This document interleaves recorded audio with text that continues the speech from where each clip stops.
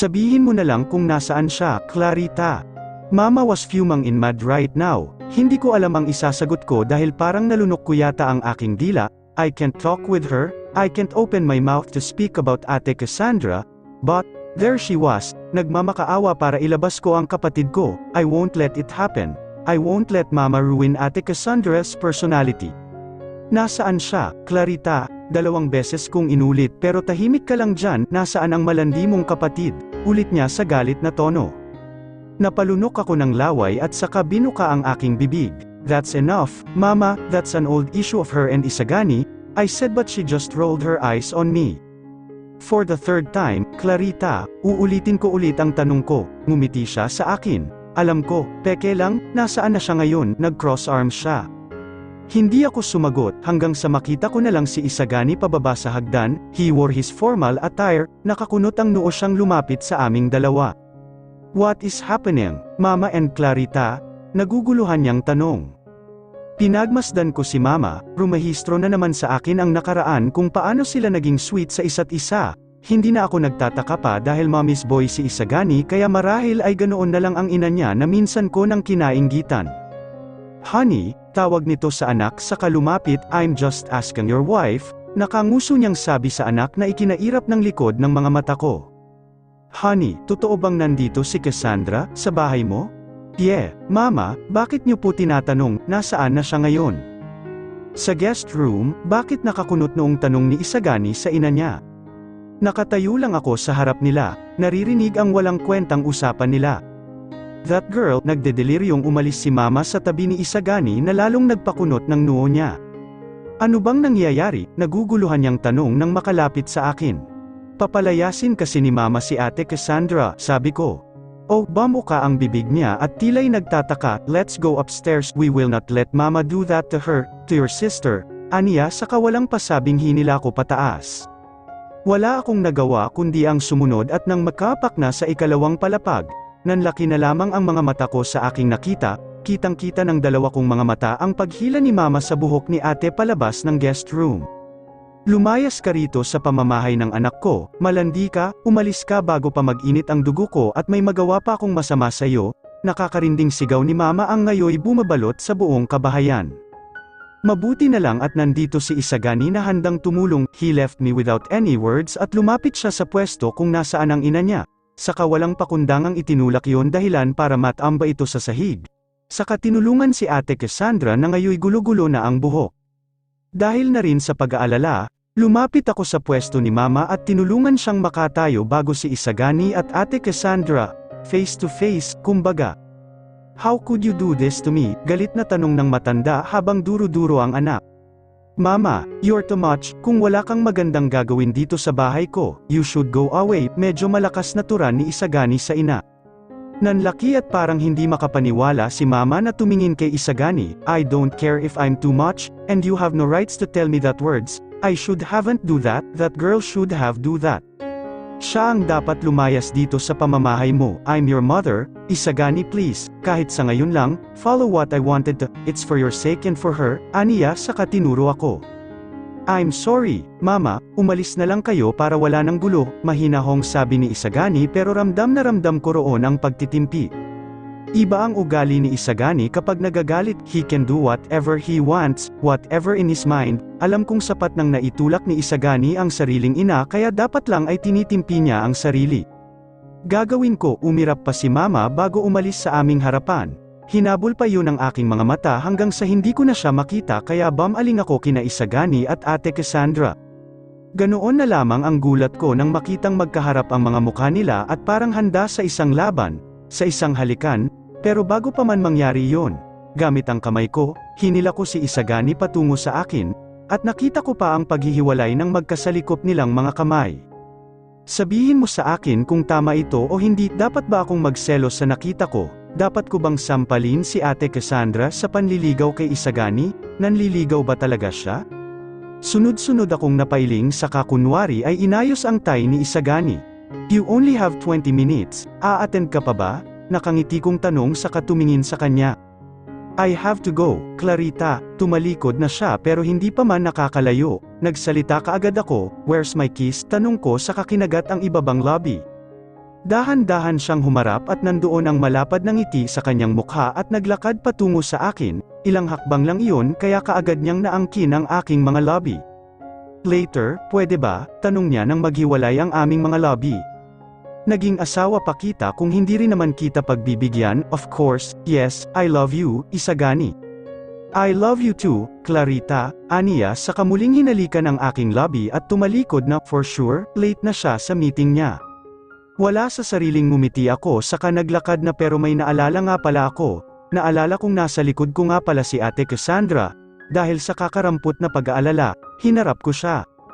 Mula sa kanyang mukha, may kung anong sumampal doon at namumula, isama pa ang matalim nitong titig kung kanino man, kung kay mama, dapat wala na iyon kasi umalis na ang matanda.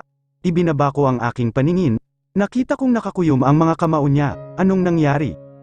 Anong nangyari sa iyo, Ate Cassandra, is there any problems, bakit parang may aatakihin ka? I asked, shameless. Kaagad na nag-iba ang mukha niya, naging anghel at kawawa. Wala, huwag kang mag-alala, Clarita dahil ayos lang naman ako, ngumiti siya saka inayos ang mga gulo-gulong niyang mga buhok. Ah, okay, kung nagugutom ka, mayroon ng pagkain sa kusina, iinit mo na lang kung gusto mong mainit kainin. Saka, tawagan mo lang ako kapag sumakit yung likod mo para tawagan ko si Dr. Alonso, sure ka bang ayos ka lang, Ate Cassandra? Tumango siya, sige, aalis na muna ako, pupunta muna ako sa cafeteria ni Marina, nakangiti kong sabi. Mag-iingat ka, Clarita, muli akong ngumiti at tumalikod na para umalis. Ano, are you sure about that? Tanong ni Marina nang may lapag ang kape na in-order ko, umupo siya sa harapan ko at nakakalumba akong tiningnan, I asked you. Sorry, saad ko sa kasumimsim ng kape, tuliro lang ako. So, totoo yung kinuwento mo sa akin kanina, na parang nilalandi ng ate mo ang asawa mo, walang pakundangan niyang tanong. Napatingin ako sa aming paligid, mabutit maaga pa kaya kakaunti lamang ang mga taong aking nakita, ang lakas naman kasi ng boses ng Bruhilda. I think so, nakita ko kasi kanina, iba ang titigan nila, hindi ko ba alam pero parang may namamagitan sa kanilang dalawa. Nagpakawala ako ng sunod-sunod na hininga mula sa aking bibig saka muling nagsalita, iba yung hawak ng mga kamay nila, para silang maghahalikan. Biglang kumabog ang dibdib ko at alam kong sa kabardihan ng utak ko nagmula. Sinasabi ko na nga ba, kaya ayaw kong makipag-close riyan sa kapatid mo, bukod sa masama na ang ugali, ang landi-landi. Tumahimik ka nga, parang lang naman, huwag mong bigyan ng mali siya iyon, Marina, sabi ko sa mababang tono saka sinundan ng pagsimsim sa kape. But I'm just telling you the truth, Clarita, nitandaan mo ba yung nahimete ang biyenan mo noong kasal nyo ng anak niya, hindi ba't sinabi niya nang magising siya ay nilalandi raw ni Cassandra si Isagani, tapos pilit pa raw hinahalikan, shameless moves, saad niya na nagpaalala sa akin ang lahat pero pilit ko na yung kinalimutan sa aking utak. Huwag mo nang sabihin ang matagal ng issue, Marina, I rolled my eyes saka inubos ang kape sa tasa. Isa pa nga, para matagal ang negative vibes na nangyari ngayong umaga, dagdag ko pa. Tumayo siya at kinuha ang tasa na nasa harap ko. Yes, ma'am, matawa-tawa niyang sabi saka umalis na. Dahil sa kanya, gumuhit ang ngiti sa labi ko. Nang mawala sa paningin ni Cassandra ang kapatid, nagkukumahog siyang pumasok sa sariling kwarto at galit na sinaraduhan ang pinto. Panira ka talaga ng moment, Clariga, wala ka talagang kwentang kapatid. Sunod-sunod niyang sigaw at gamit ang unan na napulot sa sahig. Hinampas niya yun sa kama dahil sa sobrang inis. Sinira ng kapatid niya ang moment nila ni Isagani, inis na inis talaga siya rito kaya hindi niya ito pinapakitaan ng kabutihan. Lalo pat nakita niyang naghalikan sa harap niya ang mag-asawa na kinaingit niya para sa kanya, siya lamang ang nagmamay-ari kay Isagani, sa kanya lamang si Isagani. Nang makaramdam ng pagod, inis pa rin siyang umupo sa kama at kinuha ang naka-charge na cellphone saka tinawagan doon si Bria. Gagalang tagal-tagal mong sagutin ang tawag ko, inis niyang turan dito nang masagot ang tawag niya. Bakas na bakas pa rin sa mukha niya ang inis dahil sa mga nangyari kanina, isama pa ang halimaw na biyenan ng kapatid niya, halos tanggalin na nito ang buhok niya sa kanyang ulo. Gustong-gusto niyang patulan ang matanda pero nagpipigil lang siya dahil baka malaman ni Clarita na nagpapanggap lang siya. High blood agad, kakagising ko lang kasi, inaantok na saad ng kaibigan niya sa kabilang linya. Pumunta ka rito, ngayon na, ha? Anong ibig mong sabihin? Naguguluhang tanong ni Bria sa kabilang linya. Basta, ito na yata ang panahon para ilabas ko ang totoong ako. maghanda ka, papadalhan kita ng pera, ayon ang sinabi niya bago pinatay ang tawag. Inilapag niya ang cellphone sa unan saka isa-isang hinubad ang mga tel ang nakataklob sa buo niyang katawan saka pumasok sa banyo. Napaungol na lang siya nang biglang lumapat ang malamig na tubig na nagmula sa tubo na nasa itaas, pakiramdam niya ay yakap-yakap siya ni Isagani ng mga oras na iyon. Isagani, tawag niya sa pangalan ni Isagani habang ang mga kamay ay minamasahe ang sariling dibdib pababa. Nandito ako, Cassandra, naibo kanya ang mga matang nakapikit sa katingnan kung saan nanggaling ang tinig na iyon. Sa may pinto, nakasandal ang isang lalaki sa hamba at naka-crossed arms habang may pagnanasang tingin sa kanya, pagnanasang parang gusto na siyang angkinin ng lalaki.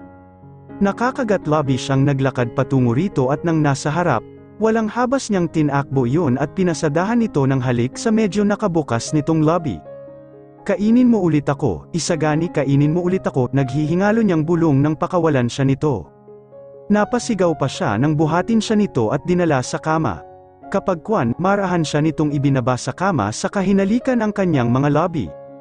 Masaya siya dahil ngayon ay hindi na niya kailangang gumawa ng kung ano rito para lang makuha ang loob. Bagkus ay nakuha na talaga niya ang loob nito simula pa man. Pinagsaluhan nila ang masarap na umagang iyon, hindi na kailangang mag-almusal ni Cassandra dahil nabusog na siya sa sarap na ginawa sa kanya ni Isagani. Bakit bumalik ka? Tanong ni Cassandra habang nakayakap siya sa dibdib ni Isagani, magkaharap sila habang natatakluban ng puting tela ang kanilang mga katawan. Because of you why I came back, nakangiti nitong sagot sa kanya. Bakit na-miss mo ba akong patungan, sa tingin ko? Tumawa ang lalaki na nagpangiti kay Cassandra, hindi naman talaga mahirap kuhanin ang loob ng isang lalaki, katulad na lamang ni Isagani, hindi pa siya nagtatagal pero ito ngayon, kasama siya habang masaya, habang magkadikit ang hubad nilang mga katawan. Payag akong maging kabit mo, Isagani, mahal na mahal kita, matagal na, aniya saka ipinaglandas ang hintuturo sa noo nito pababa sa mapula nitong mga lobby, bumalik ako rito para sa iyo. Bakas ang ngiti sa kanyang labi nang sabihin niya ang mga iyon. Okay, let's keep it as a secret, but I warn you, Cassandra, huwag na huwag mong ipapahalata sa asawa ko ang relasyon natin, kapag nalaman niya ito, hindi ko alam ang gagawin niya sa iyo, sa akin, may babalang sabi nito. Ngumisi siya, wala akong paki kung malaman man ni Clarita, ang gusto ko lang ay ikaw, Isagani. Aniya saka walang pakundang ang pinatungan ng lalaki. Desisyon mo, Cassandra, hindi pa man ito natatapos ang iba pang sasabihin nang magsalita siya. Tawagin mo na lang akong mahal kapag tayong dalawa lang, sabi niya saka walang paabang inilapat niya ang kanyang labi sa labi ni Isagani. Muli, nagsalo na naman sila ng init sa isa't isa. Lumabas na ako ng kotse nang maigarahe yun saka mabilis na pumasok sa bahay, pag-apak ko pa lamang, nakita agad ng mga mata ko ang nakatapis na si Isagani, gulat siyang nakatingin sa akin. Napairap na lamang ako saka naglakad na para pumunta sa kanya, anong ginagawa niya rito, I thought may meeting siya. What are you doing here, Clarita? Tanong niya. Sasagot na sana ako nang may bigla akong napansin sa kanyang leeg, isang pulang marka iyon na parang nakagat ng kung ano, out of curiosity. Lumapit ako sa kanya at hinawakan ang pulang markang iyon. Pasaba ito, Isagani, naguguluhan kong tanong. Nakagat ako kanina ng lamok, by the way, what are you doing here? Tumalikod ako sa kanya at umupo sa sofa, pinakatitigan ko siya, nakatwalya lang siya at kitang-kita ng mga mata ko ang itaas na bahagi ng kanyang katawan. Ikaw dapat ang tanungin ko niyan, Isagani, dumikwatro pa ako sa kapeke siyang ninitian, ilang beses na tumawag sa akin si Mr. Casimiro, tinatanong niya kung makaka-attend ka raw sa meeting niyo. So, bakit ka nandito, bakit ka umuwi? Sunod-sunod kong tanong saka lumapit sa kanya at hinarap siya, hinintay ang kanyang mga sagot.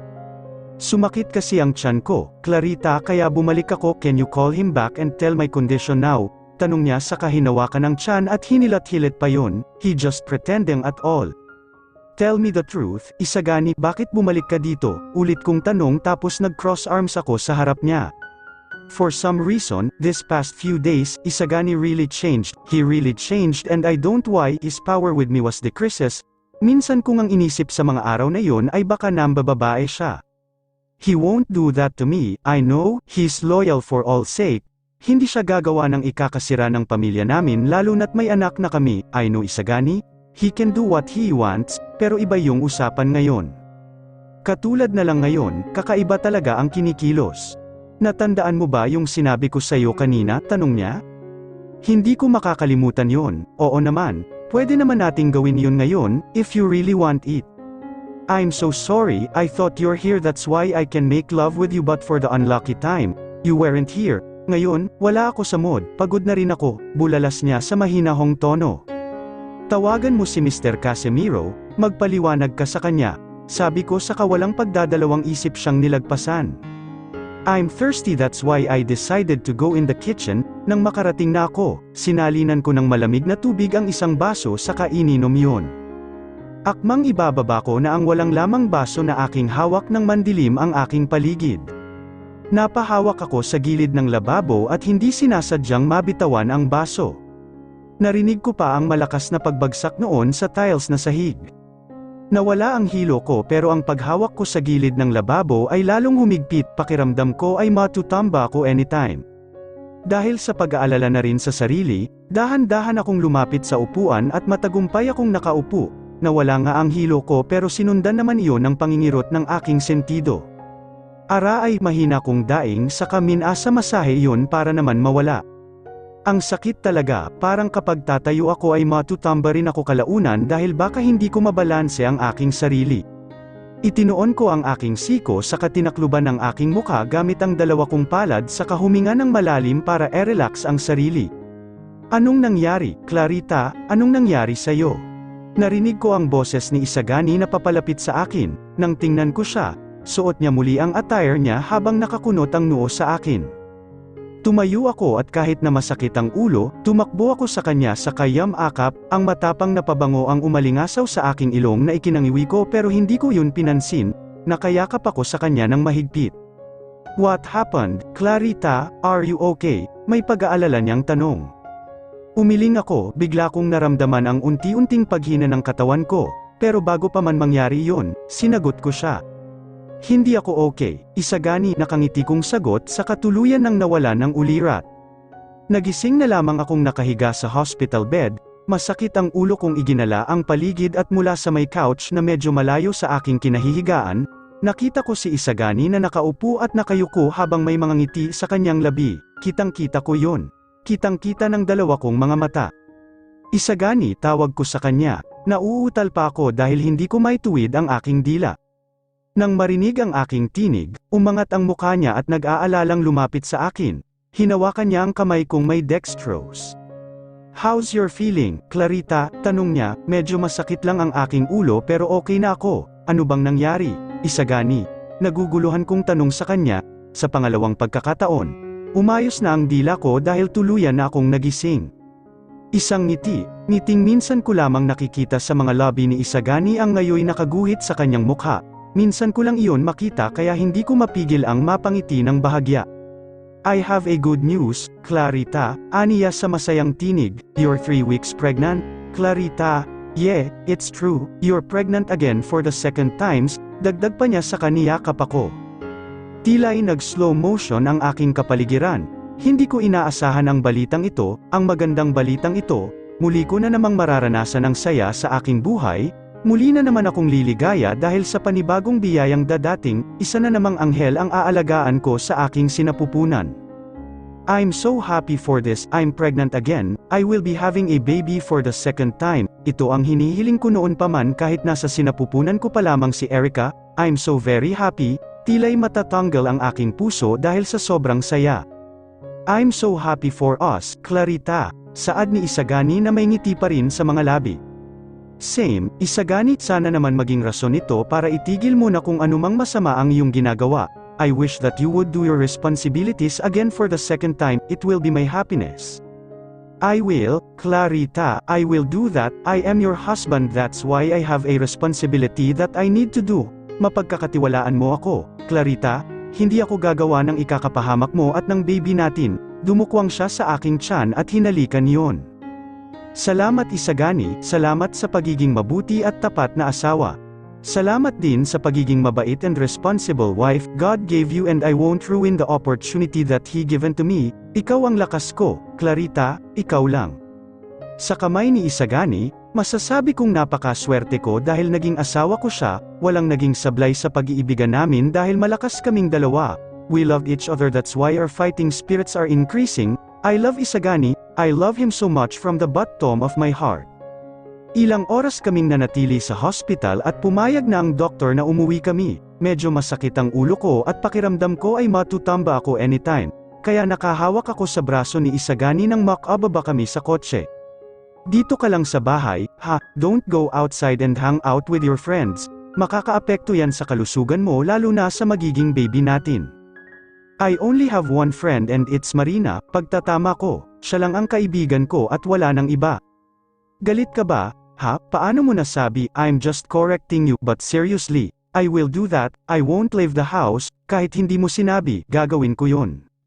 Nakangiti kong sabi saka inihilig ko ang aking ulo sa kanyang braso.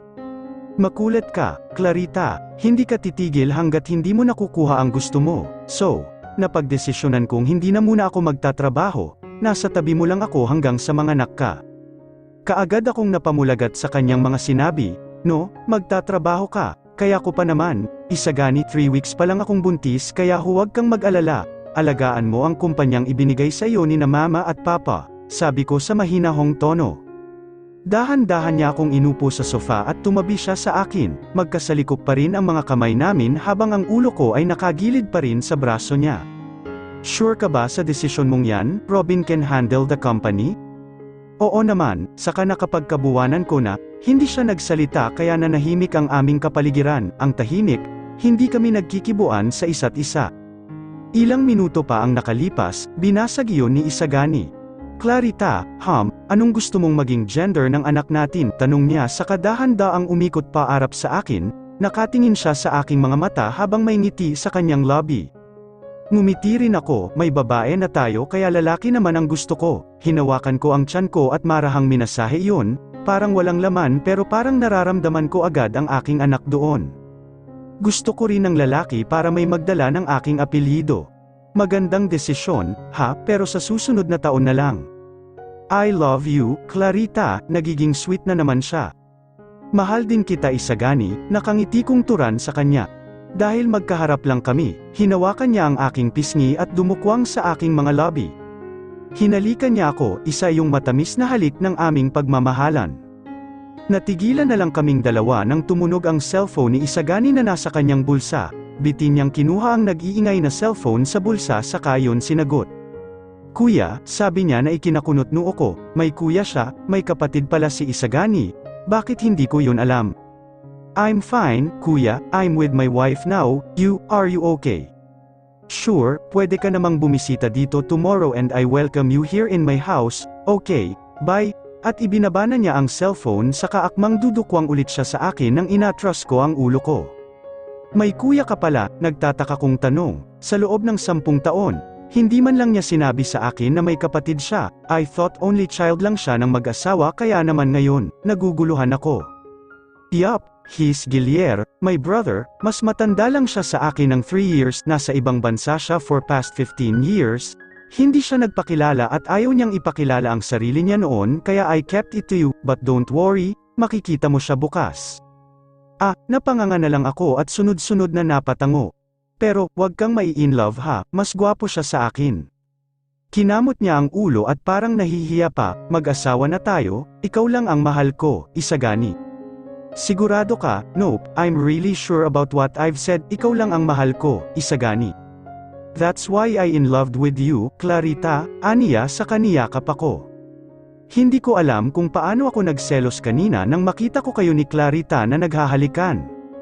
Nakayuko si Cassandra habang sinasabi ang mga katagang iyon, selos na selos siya kanina nang makitang naghahalikan ang dalawa, ang mag-asawa. Buntis siya, Cassandra, buntis ang asawa ko kaya huwag kang gagawa ng ikakapahamak niya. Then, stop this. Itigil mo na itong ginagawa mo, Cassandra. Umangat ang ulo niya sa kamatalim ang mga tingin niya kay Isagani, hindi niya mapigil ang maglabas ng galit at hinanakit dito dahil selos na selos talaga siya. Bakit ako titigil? Isagani, akin ka na, hindi ba? At ano namang pakialam ko kung buntis si Clarita, buntis lang siya, akin ka, Isagani. Tumayo siya mula sa pagkakaupo at akmang lalapitan si Isagani para iseduce. Nang makita niya si Clarita na paparating habang may dalang tray na may lamang 3 basong juice. Wala sa sariling bumalik siya sa kinauupuan saka itinuon ang atensyon sa malawak na swimming pool. Naiinis talaga siya minsan kapag nakikita niya si Clarita. Let's drink, palamig muna tayong 3, nilagyan ni Clarita ng isang baso ang harap niya, wala sa sariling kinuha niya iyon at inisang lagok para alisin ang inis at galit dito, baka kapag hindi siya makapagtimpi ay masabunutan niya ito. Ate Cassandra, tawag sa kanya ni Clarita, maamo niya itong tiningnan. Ano yun, Clarita? Nakangiti niyang tanong pero sa loob niya ay nag-aalab na siya sa galit. Mayroon akong sasabihin sa'yo, nasabi ko na sa kanya, Clarita. She already knew that. Napatingin siya kay Isagani nang magsalita ito. Ay balak ko sanang i-surprise si ate. Nakanguso nitong ani saka humilig pa sa braso ni Isagani na ikinainis niya. Kating-kati yung mga paa niyang tumayo, kating-kati ang mga kamay niya na sampalin ito dahil sa kalandian ng kapatid kay Isagani. Okay lang iyon, Clarita, pero nagulat ako nang sinabi sa akin iyon ni Isagani. Congrats nga pala, magkakaanak na naman kayo ni Isagani. Masayang-masaya ako sa inyong dalawa, nakangiti niyang turan.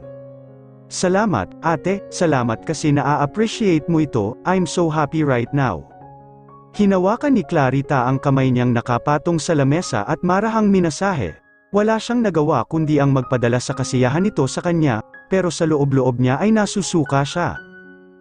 Wala yun, sorry ha at magbabanyo lang ako, medyo sumama kasi ang tiyan ko, wika ni Cassandra saka tumayo at tumalikod na.